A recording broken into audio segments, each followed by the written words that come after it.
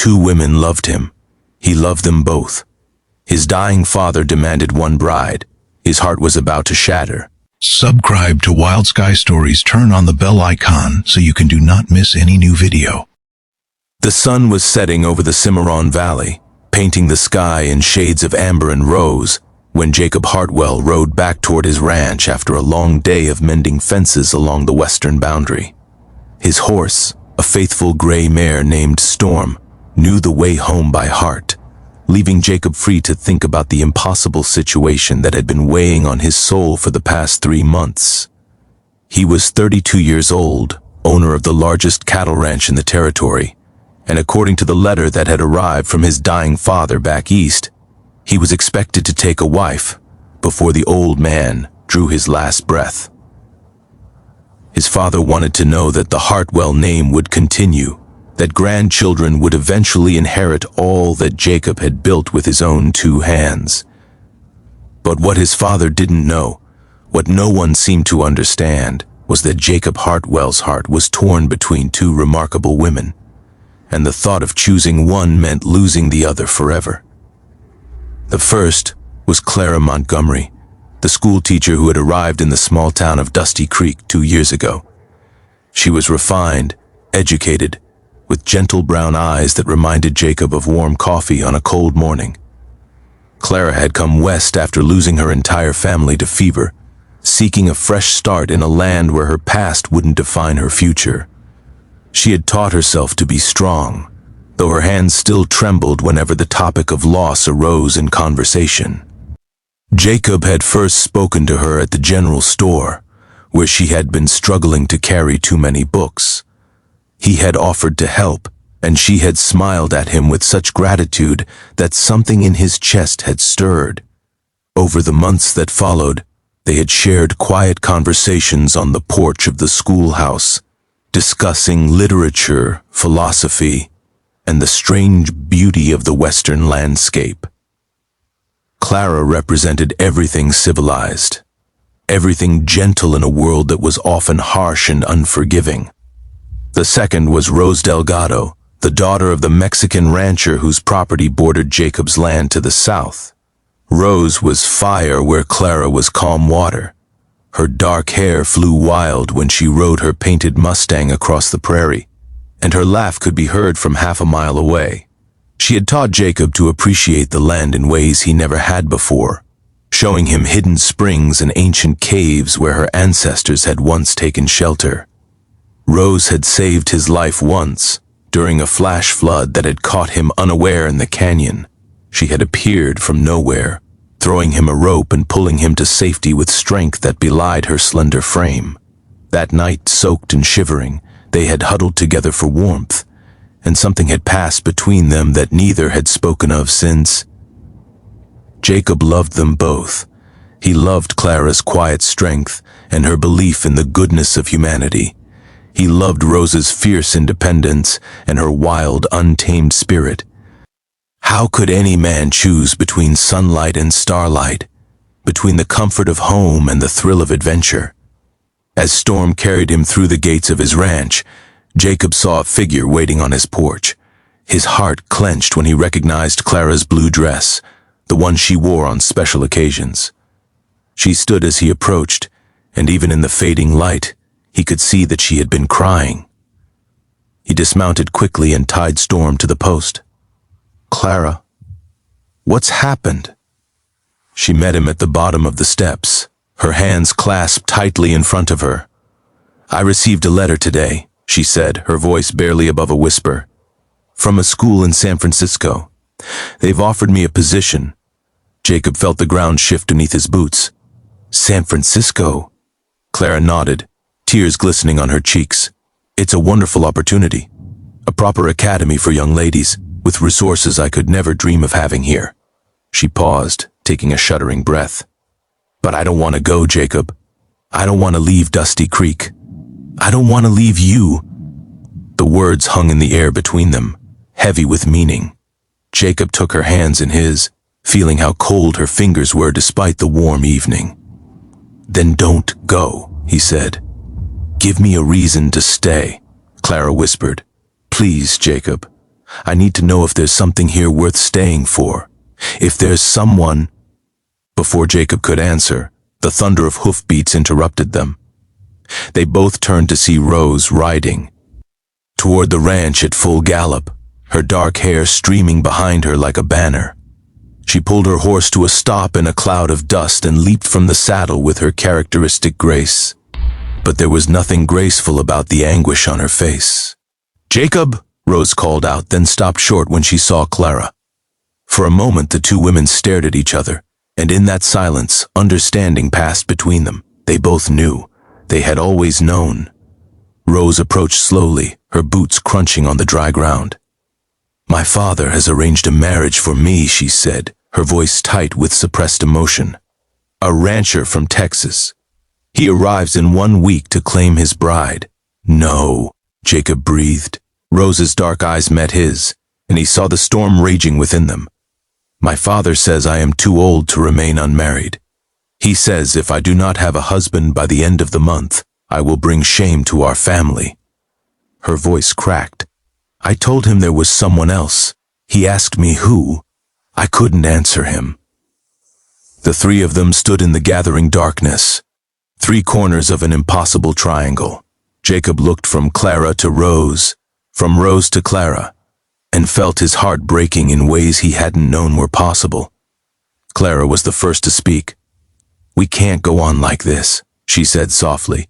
"The 3 of us, dancing around the truth, pretending we don't see what's right in front of us." She turned to Rose, and instead of the jealousy or anger Jacob might have expected, he saw only compassion. "You love him too, don't you?" Rose's eyes widened, then filled with tears she was too proud to let fall. "Since I was 17 years old," she admitted. "Since he helped my father fight off the cattle thieves and stayed up all night with me when my mother was dying." "I didn't know," Jacob said, his voice rough. "You weren't supposed to know," Rose replied. "I knew you could never feel the same for someone like me. I'm not educated, I'm not refined, I'm just a rancher's daughter who rides horses better than she sews and who speaks with an accent and prays in a different language." "Don't," Jacob said fiercely, stepping toward her.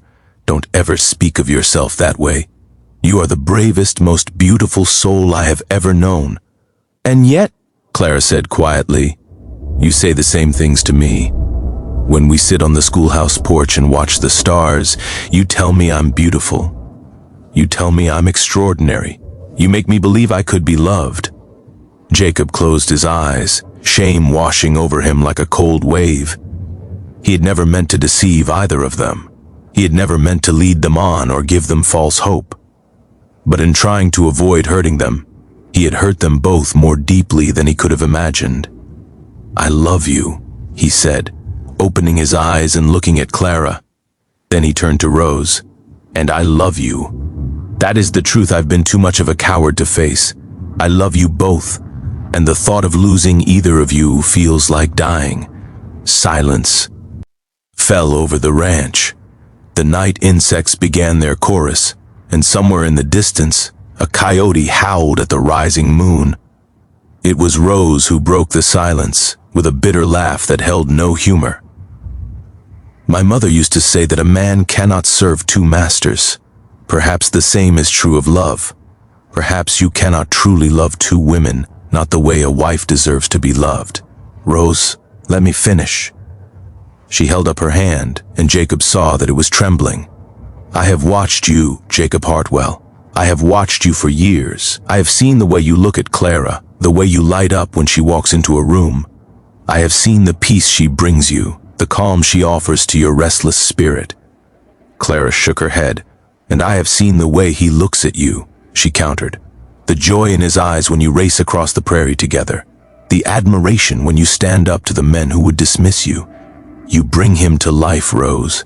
You remind him why this land is worth fighting for." The 2 women faced each other, and something remarkable happened. Rose reached out and took Clara's hand, and Clara, after a moment's hesitation, squeezed back. "We cannot make this choice for him," Clara said. "No," Rose agreed, "but perhaps we can make it easier."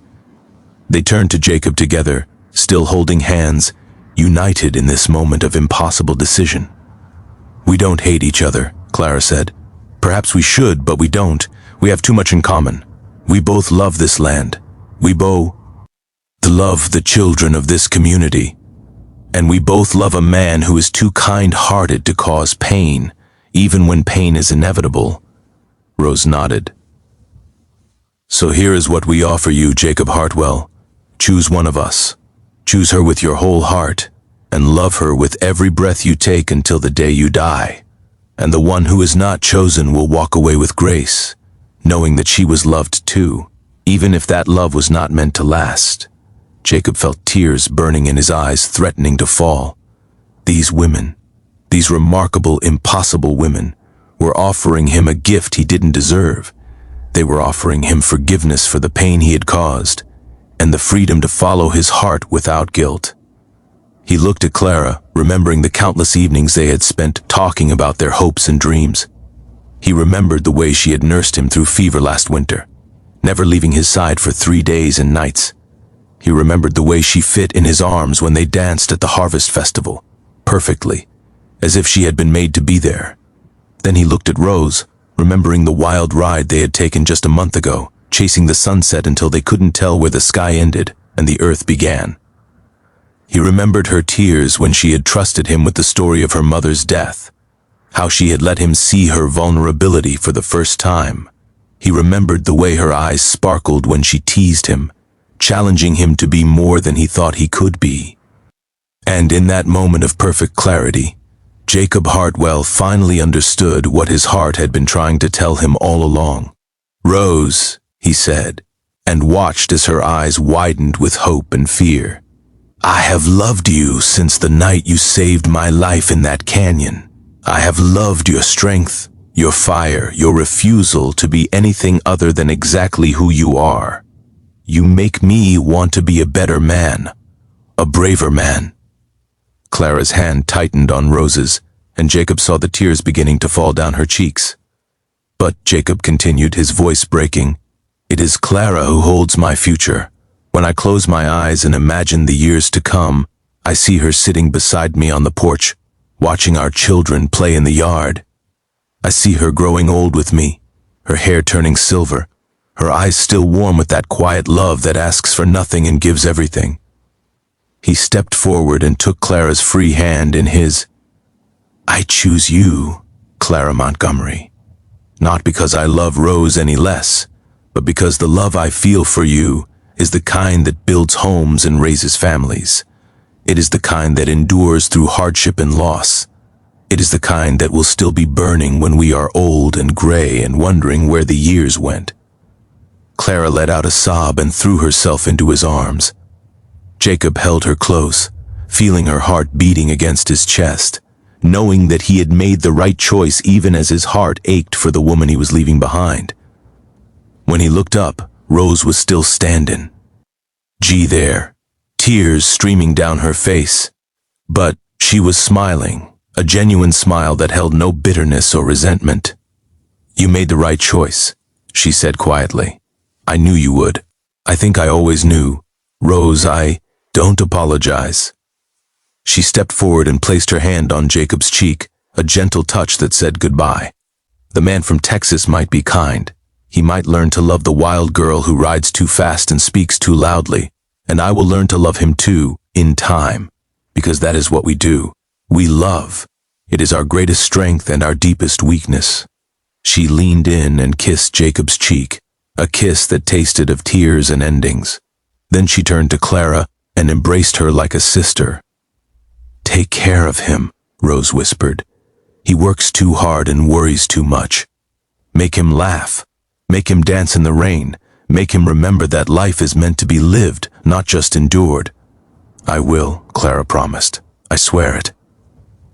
Rose mounted her horse and looked back one last time at the man she had loved since she was 17 years old.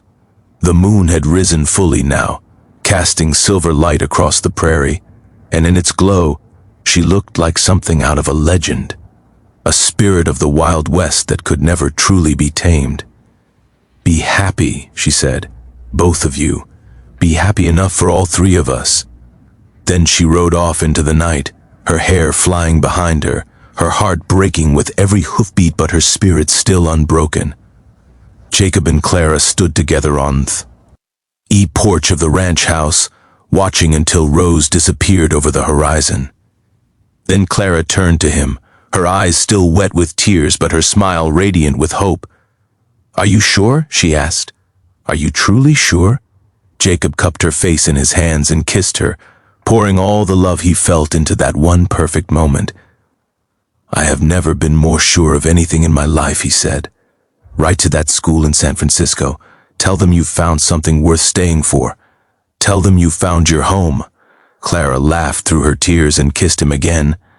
And somewhere in the distance, a coyote howled once more, a song of endings and beginnings, of love lost and love found, of the eternal dance between heartbreak and hope that makes us human. And on a ranch in the Cimarron Valley, under a blanket of 1,000,000 stars, a rancher and a schoolteacher began their life together, carrying with them always the memory of a wild-hearted woman who had loved enough to let go, and in letting go, had set them all free.